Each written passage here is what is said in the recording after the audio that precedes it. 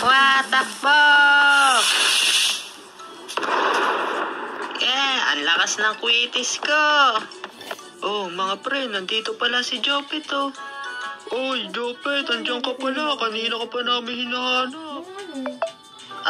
Bakit mga pre? Ano yon? Tara na, samahan mo na kami bumili ng paputok. May pera na kami. Talaga ba? Sige, tara na, bili na tayo. Magkano pera nyo dyan? Meron na kami dito, tigsa 10 piso kami. Baliw ba kayo? Ang mahal-mahal na ng paputok ngayon eh. Hindi abot yung pera nyo.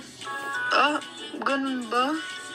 Oo, pinakamurang paputok ngayon. Pop-up, 10 piso na yon. Pop-up lang, ang pangit nun.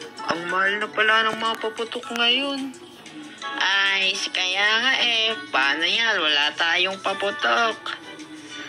Mga pre, naisip ko, paano kaya kung gumawa tayo ng sarili nating paputok?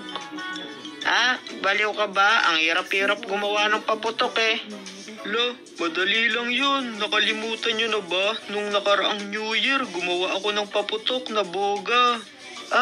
Boga? Maganda nga yan. Kaya mo ba talaga gumawa nun?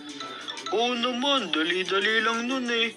Kailangan lang natin ng PVC pipe, mga lata, o kaya plastic bottle at duct tape. Pero saan naman tayo kukuha ng mga materialis na yan? Ako bahala mga pre, may alam akong lugar kung saan